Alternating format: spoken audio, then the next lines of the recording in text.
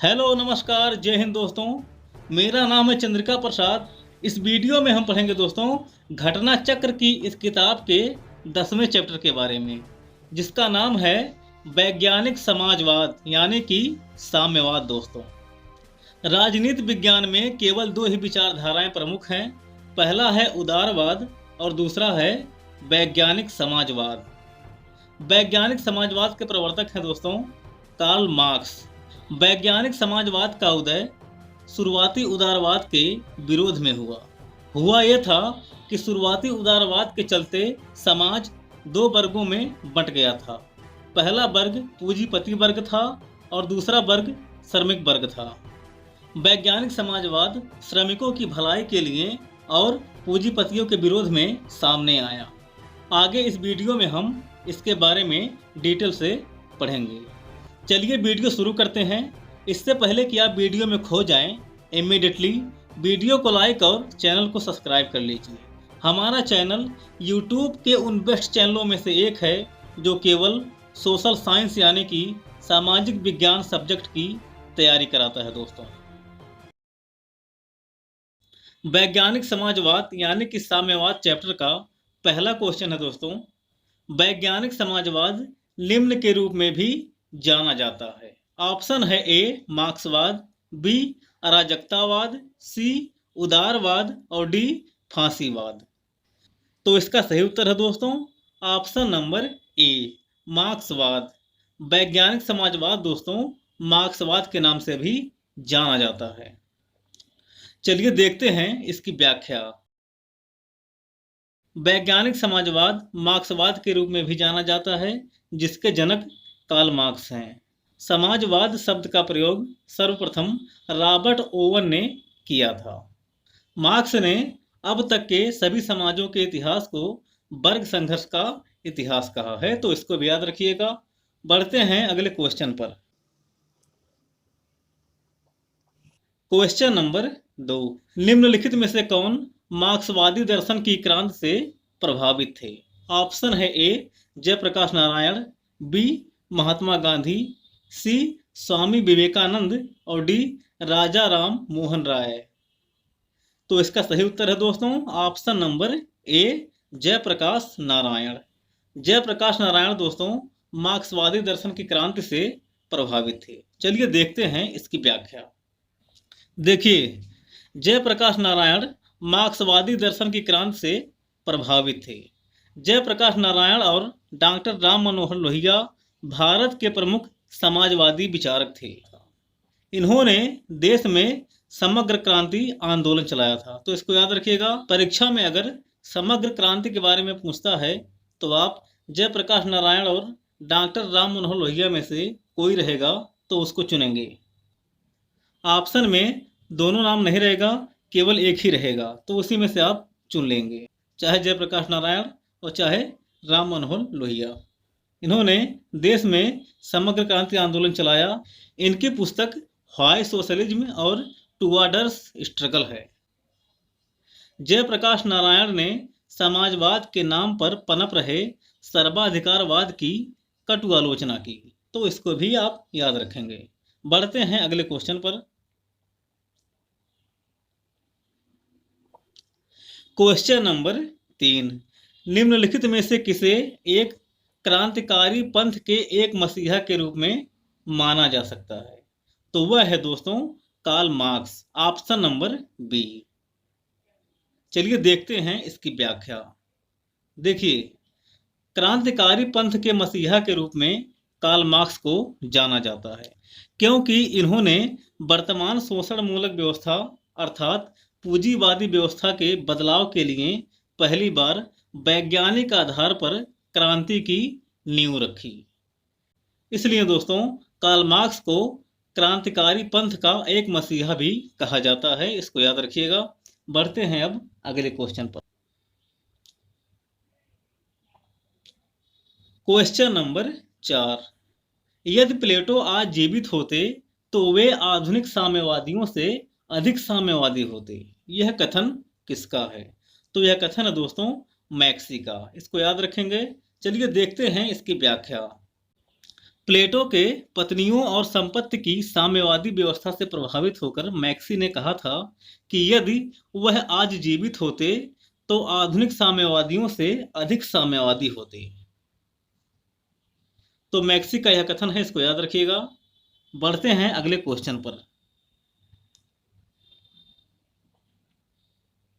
Question number 5, मार्क्सवाद के अनुसार ऑप्शन है ए, राज्य एक वर्ग संरचना है और यही सही है।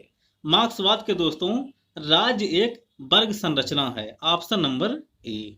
चलिए देखते हैं जरा इसकी व्याख्या।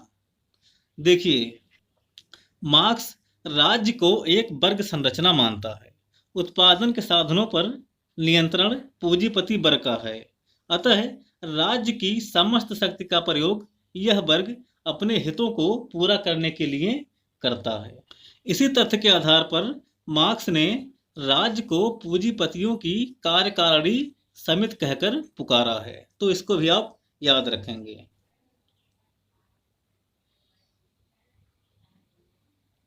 क्वेश्चन नंबर 6, मार्क्स के राज्य और क्रांति के सिद्धांत मुख्यतः प्रभावित हैं। किससे प्रभावित हैं? तो फ्रांस की क्रांति से, ऑप्शन नंबर ए। मार्क्स का राज्य और क्रांति का सिद्धांत 1848 से 1851 ईस्वी के मध्य संपन्न फ्रांस की क्रांतिकारी घटनाओं से प्रभावित है।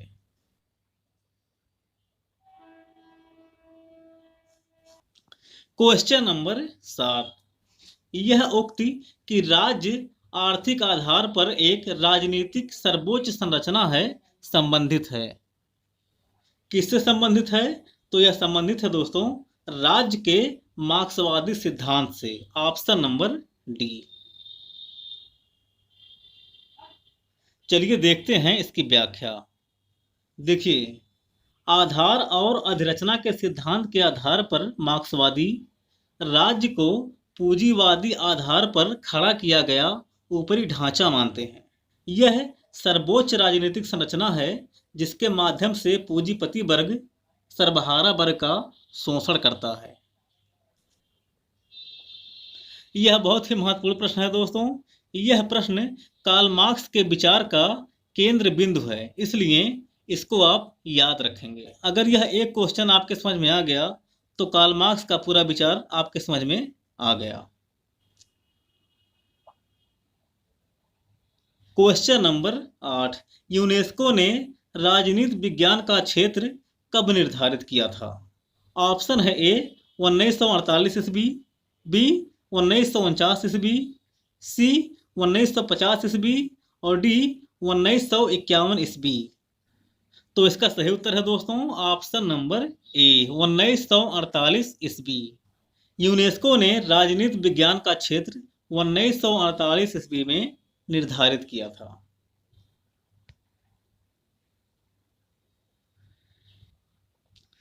क्वेश्चन नंबर 9, निम्न में से किसने एक राष्ट्र एक राज्य सिद्धांत की उद्घोषणा की? तो वह था दोस्तों Mazzini, option number A. Question number 10, किसका मानना था कि राज्य सदैव ही एक दमनकारी संस्था है? तो वह था दोस्तों मार्क्स, ऑप्शन नंबर डी। चलिए देखते हैं जरा इसकी व्याख्या। देखिए, राज्य के संबंध में मार्क्स का विचार था कि यह सदैव ही दमनकारी संस्था है, क्योंकि इसके द्वारा ही शोषक वर्ग यानी कि पूंजीपति शोषित वर्ग यानी कि मजदूर का शोषण करता है। राज्य का निर्माण धनवान वर्ग अपनी संपत्ति की रक्षा के लिए करता है। जो वर्ग संपत्ति को चुनौती देता है उसे इस संस्था द्वारा उत्पीड़ित किया जाता है और वर्ग संघर्ष को दबा दिया जाता है। तो इस प्रकार कार्ल मार्क्स ने कहा है कि राज्य जो है वह एक दमनकारी संस्था है। इसको आप याद रखेंगे। बढ़ते हैं अगले क्वेश्चन पर। क्वेश्चन नंबर 11, मार्क्स के अनुसार राज्य है क्या है? वर्ग शोषण के लिए संस्था, option number B. Question number 12, शक्ति पृथक्करण का सिद्धांत निम्न में से किससे संबंधित है? तो वह है दोस्तों Montesquieu. Option number B. Montesquieu ने अपनी प्रसिद्ध पुस्तक द स्पिरिट ऑफ लॉज में शक्ति पृथक्करण के सिद्धांत को प्रतिपादित किया था। क्वेश्चन नंबर 13, मार्क्स के अनुसार राज्य के गठन का आसन्न कारण क्या था? तो वह था दोस्तों असमाधेय वर्ग संघर्ष। ऑप्शन नंबर सी।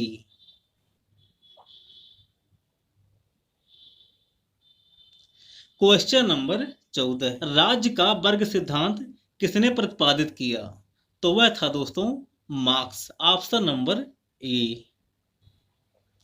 अगला क्वेश्चन है दोस्तों क्वेश्चन नंबर 15, राज्य वर्गीय विरोधाभास की असमाधानीयता का परिणाम एवं प्रकटीकरण है। यह किसका विचार है?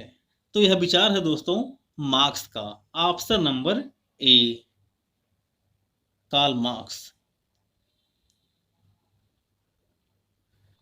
क्वेश्चन नंबर 16, निम्न में से किसने राज्य के वर्ग सिद्धांत का समर्थन किया? ऑप्शन है ए मार्क्स, बी एंजल्स, सी लेनिन और डी उपरोक्त सभी। तो इसका सही उत्तर है दोस्तों ऑप्शन नंबर डी, उपरोक्त सभी। राज्य के वर्ग सिद्धांत का समर्थन किया है इन सभी ने, कार्ल मार्क्स, एंजल्स और लेनिन।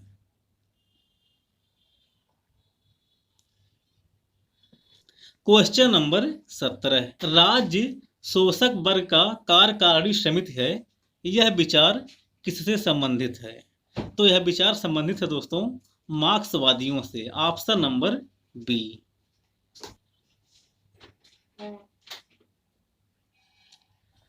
क्वेश्चन नंबर 18, निम्नलिखित में से मार्क्स के अनुसार कौन ऐतिहासिक परिवर्तन का प्रमुख कारक है?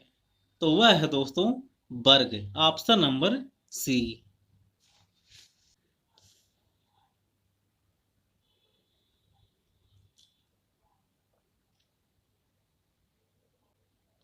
क्वेश्चन नंबर 19, निम्नलिखित में से किसने कहा है अब तक के समाज का इतिहास वर्ग संघर्ष का इतिहास है?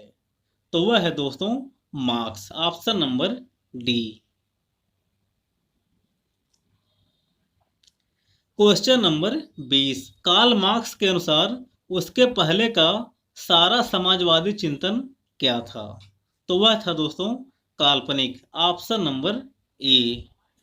कार्ल मार्क्स ने अपनी प्रसिद्ध कृति critique of the Gotha program में अपने पूर्व समाजवादी विचारकों की आलोचना करते हुए कल्पनावादी माना। जैसा कि वेपर कहता है, उन्होंने सुंदर गुलाबों की कल्पना तो की पर उसके लिए जमीन नहीं तैयार की। तो इसको आप याद रखेंगे, कार्ल मार्क्स ने अपने से पहले सभी समाजवादियों को काल्पनिक माना है। क्वेश्चन नंबर 21, मार्क्स किस देश का रहने वाला था? ऑप्शन है A Japan, B Germany, C France और डी इटली। तो इसका सही उत्तर है दोस्तों option number B, Germany. Marx जो है जर्मनी का निवासी था। चलिए देखते हैं इसकी व्याख्या। देखिए, कार्ल मार्क्स का जन्म 5 मई 1818 को जर्मनी के राइन प्रांत के ट्रियर शहर में पैदा हुआ था। मार्क्स ने अपने जीवन का अधिकांश समय फ्रांस और ब्रिटेन में बिताया। मार्क्स ने काल्पनिक समाजवाद को वैज्ञानिक समाजवाद में रूपांतरित किया। मार्क्स की शिक्षा बान और बर्लिन विश्वविद्यालय में हुई, जहां वह W.F. हेगल के चिंतन से बहुत प्रभावित हुआ। बाद में उसने हेगल की द्वंद्वात्मक पद्धति को लेते हुए तथा फायरबाख से भौतिकवाद को लेते हुए अपने द्वंद्वात्मक भौतिकवाद का निरूपण किया। तो इसको आप याद रखेंगे। बढ़ते हैं अगले क्वेश्चन पर। क्वेश्चन नंबर 22, कार्ल मार्क्स का जन्म हुआ था? कहाँ हुआ था? जर्मनी में। Option number C. Question number 23, Marx के अनुसार इतिहास उपज है? किसका उपज है? भौतिक शक्तियों का। ऑप्शन नंबर ए। चलिए देखते हैं इसकी व्याख्या। मार्क्स के अनुसार भौतिक शक्तियां इतिहास के स्वरूप को निर्धारित करती हैं। इतिहास का प्रत्येक चरण उत्पादन की भौतिक शक्तियों के स्वामित्व और उससे निर्मित संबंधों के पारस्परिक संघर्षों का लेखा जोखा है।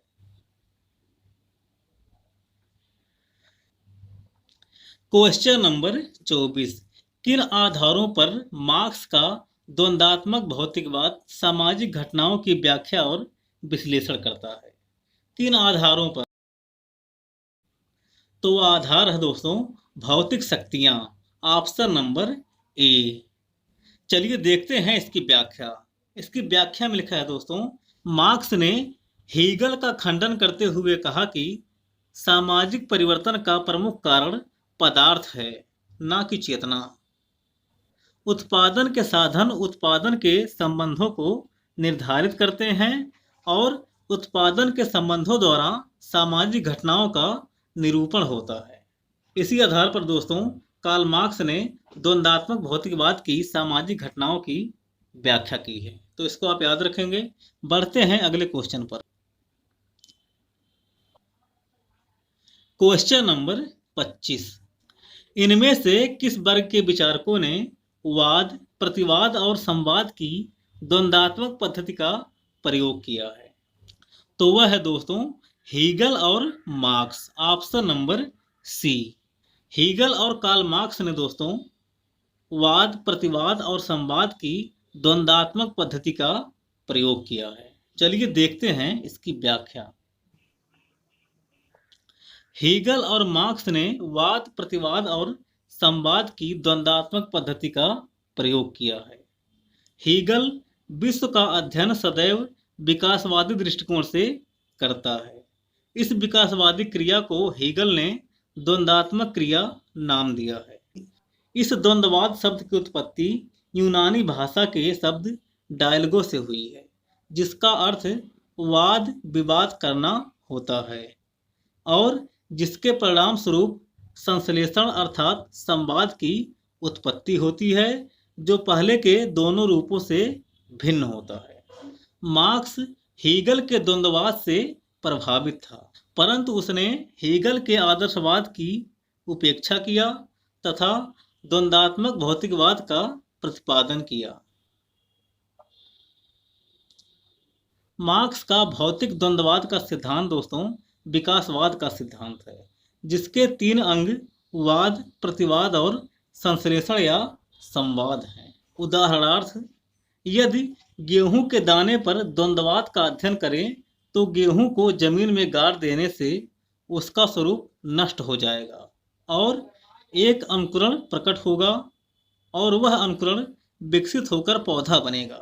उसमें गेहूं के अनेक दाने लगेंगे। यदि गेहूं का बीज वाद है तो पौधा प्रतिवाद, जो निरंतर बढ़ता रहता है, और पौधे से नए दाने का जन्म संश्लेषण है, यानी कि संवाद।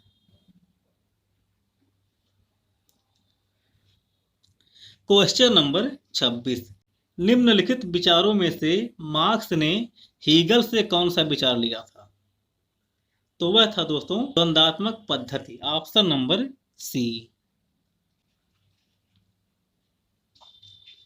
क्वेश्चन नंबर 27, मार्क्स ने द्वंद्व का सिद्धांत किससे लिया?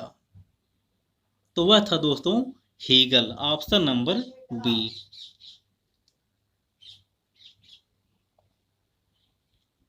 क्वेश्चन नंबर 28, द्वंद्वात्मक भौतिकवाद का सिद्धांत निम्न में से किसका है? द्वंद्वात्मक भौतिकवाद का सिद्धांत निम्न में से किसका है?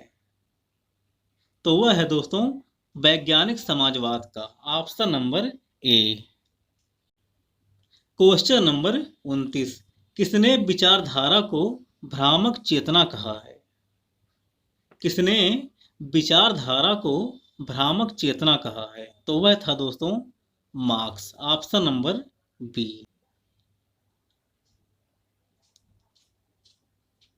Question number 30। निम्न में से कौन सा कथन कार्ल मार्क्स के दर्शन का प्रतिनिधित्व करता है? ऑप्शन है ए, राज्य एक सकारात्मक अच्छाई है। बी, राज्य पृथ्वी पर ईश्वर का अवतरण है। सी, राज्य शोषण का एक साधन है। और डी, राज्य एक आवश्यक बुराई है। तो इसका सही उत्तर है दोस्तों ऑप्शन नंबर सी, राज्य शोषण का एक साधन है। यह कथन कार्ल मार्क्स के दर्शन का प्रतिनिधित्व करता है।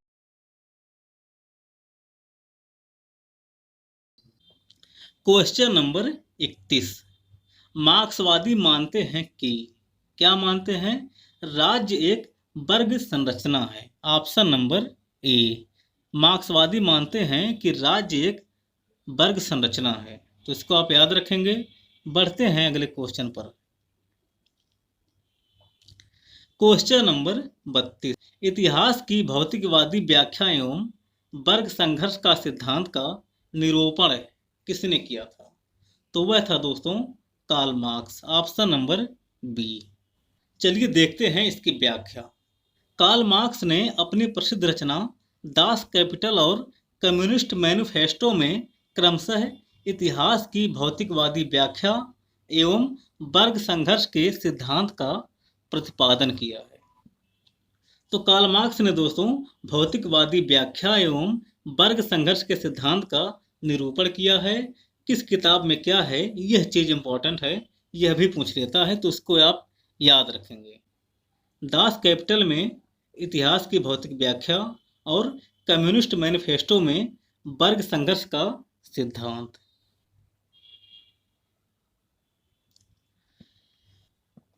Question number 33। इतिहास की भौतिकवादी व्याख्या के माध्यम से मार्क्स स्पष्ट करना चाहते हैं कि उत्पादन की पद्धति इतिहास की गति निर्धारित करती है। Option number D.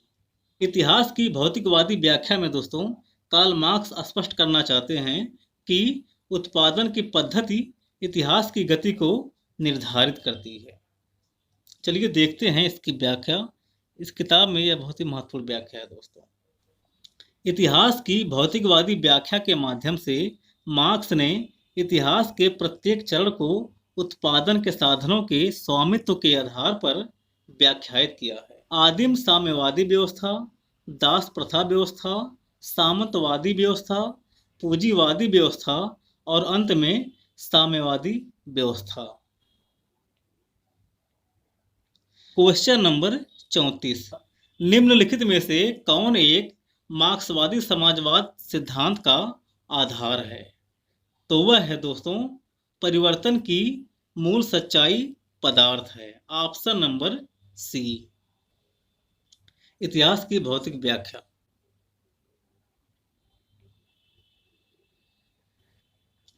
Question number 35। निम्नलिखित में से कौन सा मार्क्सवाद से संबंधित नहीं है? ऑप्शन है ए, इतिहास की भौतिकवादी व्याख्या, बी, वर्ग संघर्ष, सी, अतिरिक्त मूल्य और डी, यद्भाव्यम।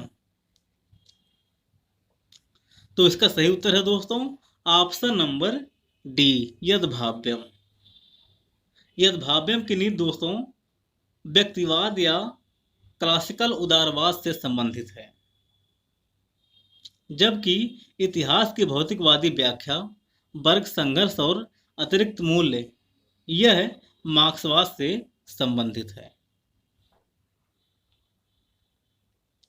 मार्क्सवाद की आधारभूत मान्यताएं निम्न हैं: द्वंद्वात्मक भौतिकवाद, ऐतिहासिक भौतिकवाद, वर्ग संघर्ष का सिद्धांत, अतिरिक्त मूल्य का सिद्धांत, वर्ग चेतना का सिद्धांत और क्रांति का सिद्धांत।